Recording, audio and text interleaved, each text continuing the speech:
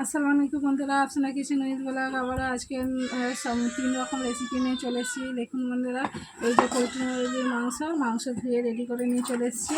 এই যে হচ্ছে কাটা পোনা হচ্ছে মাছ, কাটা পোনা মাছের ঝাল হবে, মাংসতে আলু দেওয়া হবে। এই যে আলু কেটে নিয়ে চলে এসেছি, কেটে দিয়ে পরিষ্কার করে মাছের ঝালে টমেটো দেওয়া হবে, মাছের ঝালের পেঁয়াজ।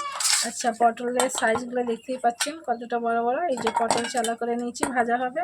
মাংসর জন্য এলাচ, লবঙ্গ, দালচিনি, সাজিরে, সামরিচ এগুলো সব আমি থেঁতো করে নিয়েছি। আদা রসুনে বেটে নিয়েছি।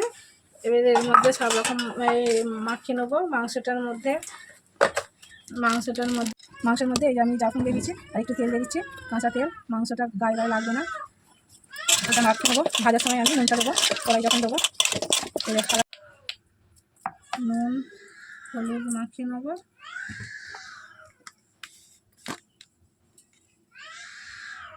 নুন হলুদটা মাখিয়ে নেবো, মাখানো হয়ে গেছে। পটলের মধ্যেও নুন আর হলুদ মাখিয়ে নেবো, পটলটা শুধু ভাজা হবে।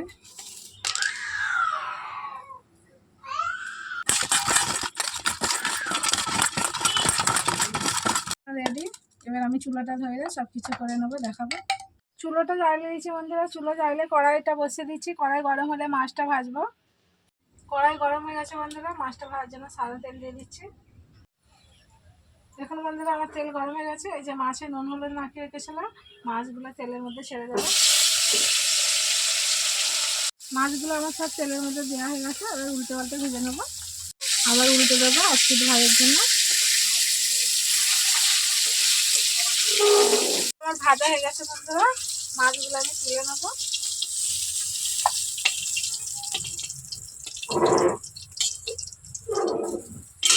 মাছগুলো আমার ভাজা রেডি। দেওয়ার জন্য সরিষার তেল একটু ঢেলে দিচ্ছি, ওতে তেল আছে মাছ ভাজা। পেঁয়াজ আর কাঁচা লঙ্কা কোচানো মাছের ঝালের জন্য দিয়ে দিচ্ছি। পেঁয়াজ আর কাঁচা লঙ্কাটাকে লাল লাল করে একটু ভেজে নেবো, তারপরে আদা রসুন দেবো, টমেটো দেবো। লাল ভাজা হয়ে গেছে, তার মধ্যে এই যে আদা রসুন বেটে রাখা দিয়ে দেবো মাছের ঝালের জন্য। আদা রসুনটাকেও ভালো করে ভেজে নেবো। আদা রসুনের উপরে অল্প করে নুন দিয়ে দেবো, ভালো করে আদা রসুনটাকে ভেজে নেবো। ভেজে নেওয়ার পর আদা রসুনটা ভালো হয়ে গেছে, এই কেটে রাখা টমেটোগুলো তেল আর পেঁয়াজ আদা রসুনের মধ্যে দিয়ে ভালো করে নেড়ে চেড়ে একটু ভেজে নেবো। এটা এখন কোনো মশলা দেওয়াই হয় না, এটা পেঁয়াজ আদা রসুন টমেটো দিয়েই নাড়ছি এখন। সময় আমি হলুদের গুঁড়া দেবো,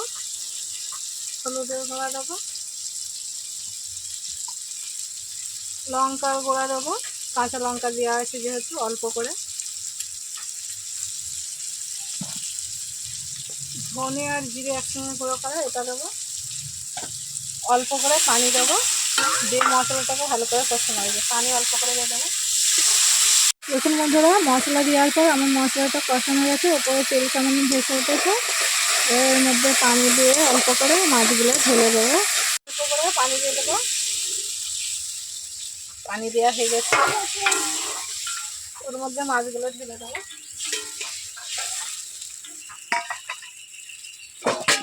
ঢাকনাটা ঢেকে দেবো, নেবো। অল্প বাকি আছে, আমি একটু ওর মধ্যে জিরার গুঁড়া দিয়ে দেবো একটু মাছের ঝালের মধ্যে। আবারও ঢাকনা দিয়ে ঢেকে দেবো, জিরার গুঁড়াটা দিয়ে নেড়ে ছেড়ে ঢাকনা দিয়ে আবার ঢেকে দেবো। ঢাকনাটা খুলে আবারও দেখে নেবো। আমার মাছের ঝালটা পুরো রেডি, আপনাদেরকে দেখাই। বন্ধুরা, আমার মাছের ঝালটা পুরো রেডি। এবার আমি কড়াই থেকে ঢেলে নেবো। কিছু বন্ধুরা, মাছের ঝাল রেডি। কড়াই আমি ধুয়ে নিয়ে আবার চুলায় বসে দিচ্ছি। কড়াই গরম হয়ে গেছে, পটল ভাজার জন্য আমি তেল ঢেলে দিচ্ছি। তেলটা গরম হলে পটলগুলো ছাড়বো। বন্ধুরা, আমি পটলের নুন হলুদ মাখিয়ে রেখেছিলাম, ওটা তেলের মধ্যে ছেড়ে দেবো। পটলগুলো আমার এক পিঠ হয়ে যেত, আবার উল্টে দিয়েছি, আবার এই পিঠটা হয়ে গেলে আবার তুলে নেবো। হয়ে গেছে, তুলে নিয়েছি। ওতে আবারও তেল দিয়ে দিচ্ছি মাংসের আলুটা ভাজার জন্য। মাংসের আলু ভাজা হয়ে গেলে কেটে রাখা ধুয়ে এই যে আলু তেলের মধ্যে দিয়ে দেবো। আমদানিটা দিয়ে দেবো এর মধ্যে, আলুর মধ্যে দেওয়ার পর আমি ভালো করে নেড়ে ছেড়ে নেবো। তারপরে ওর মধ্যে নুন দেবো পরিমাণ মতো। আলুটা দেখুন, আলু কত সুন্দর কালার হয়ে গেছে। তো আলুটা লাল লাল হয়ে, আমার আলুটা পুরো লাল লাল হয়ে কি সুন্দর মুচমুচে টাইপের হয়ে গেছে। আমার আলু ভাজাটা পুরো রেডি, এবার তুলে নেবো। ঠিক আছে, তুলে নিয়েছি। আরও কড়াই তেল দিয়ে দিচ্ছি মাংসটা ভাজার জন্য। আর কামধানি মেশানো আছে, ওইটা আমি তেলের মধ্যে দিয়ে দেবো।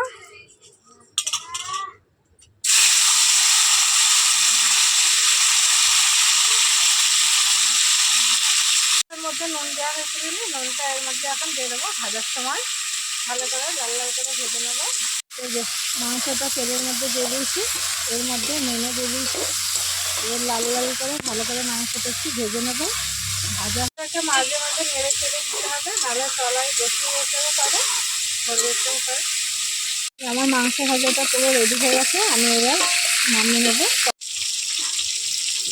এই যে মাংস ভাজার কড়াইটা পুরো নামিয়েছি, করছি হাঁড়ি গরম হোক ততক্ষণ। কমে গেছে, সরিষার তেল দিয়ে দিচ্ছি তরকারি করার জন্য।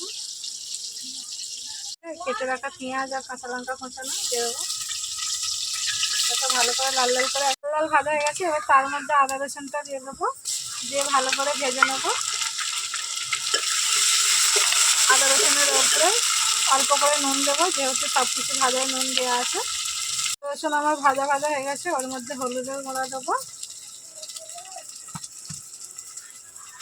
লঙ্কার গুঁড়া দেবো, অল্প করে পানি দেবো।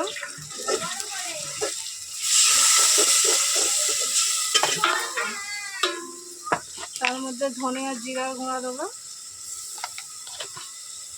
মশলাটাকে ভালো করে দিয়ে কষিয়ে নেবো। ভালো হয়ে গেছে। এই যে ভেজে রাখা মাংসটা মশলার মধ্যে ঢেলে দেবো, দিয়ে মাংসটা মশলার সঙ্গে কষিয়ে নিচ্ছি ভালো করে। মাংসটা কষানো হয়ে গেলে ভেজে রাখা আলুটাও দিয়ে কষিয়ে নেবো। মশলার সঙ্গে কষানো হয়ে গেছে, এবার ভেজে রাখা আলুটাও মাংসের মধ্যে দিয়ে দেবো, দিয়ে ভালো করে কষিয়ে নেবো। আলুটাকেও ভালো করে কষিয়ে নেবো। অল্প একটু পানি দেবো, মাংসের মধ্যে আলু দেওয়ার পর আমার মাংস আলু দুটোই কষানো হয়ে গেছে। এবার এর মধ্যে পানি ঢেলে দেবো। দেখতে পাচ্ছেন তেলগুলো উপরে বুদবুদ করছে। আমি আলু আর মাংসের মধ্যে পানি ঢেলে দেবো। ভালো করে নেড়ে চেড়ে ঢাকনা দিয়ে ঢেকে দেবো। আমি আবার একবার তরকারিটা খুলে দেখে নেবো। তরকারিটা মোটামুটি হয়েই এসছে। এতে এবার মশলাগুলো দিয়ে দেবো। এই যে থেঁতো করে রাখা শিলনোড়ায় এলাচ লবঙ্গ দালচিনি সাজিয়ে মরিচ ওইগুলো দিয়ে দেবো এর মধ্যে।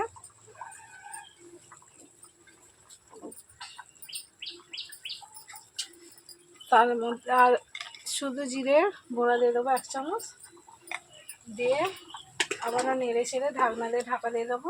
একটু করে তরকারি পুরো রেডি হয়ে যাবে, নামিয়ে নেবো। তরকারিটা খুলে দেখে নেবো। আমার তরকারি নিয়েছি, তরকারিটাও নিয়ে নিয়েছি। এবার তরকারির কালারটা দেখুন, তরকারির কালারটা কত সুন্দর লাগছে। সেম টু সেম এইভাবে আপনারা বাড়িতে এই মাংসটা রান্না করে খাবেন, খেয়ে তারপরে বুঝতে পারবেন। আমি বাটির মধ্যে বেড়ে নেবো। আলু ঝোল, মাংস ঝোল, মাছের ঝালটাও পাতে নিয়ে নেবো, নিয়ে আমি আপনাদেরকে দেখাবো। সেম টু সেম যেইভাবে আমি এইসব রান্নাগুলো করলাম, ওইভাবে সেম টু সেম বাড়িতে আপনারা রান্না করে খাবেন, খেয়ে তারপরে বুঝতে পারবেন কতটা সুন্দর হয়। আমাকে কমেন্ট করে বলবেন অবশ্যই। প্রথমে আমি পটল ভাজি দিয়ে খাচ্ছি। পটল ভাজিটাও দারুণ হয়েছে বন্ধুরা। মাছের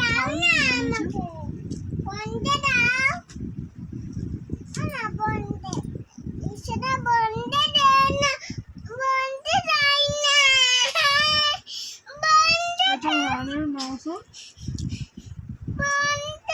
ঝোল ঢেলে নিচ্ছি, আলু ঢেলে নিচ্ছি। আলুটা ঝোলের সঙ্গে আর ভাজার সঙ্গে মাখিয়ে নেবো।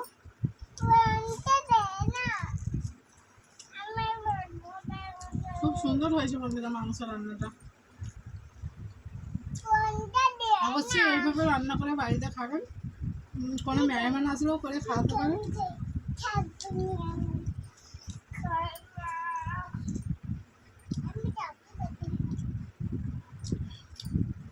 প্রথম থেকে শেষ পর্যন্ত পুরো ভিডিওটা দেখবেন, স্কিপ করবেন না। একটা লাইক আর একটা শেয়ার আর নোটিফিকেশন বেলটি বাজিয়ে দেবেন। আজকের ভিডিও এখনকার মতো শেষ হলো, আবার নতুন ভিডিও নিয়ে হাজির হবো।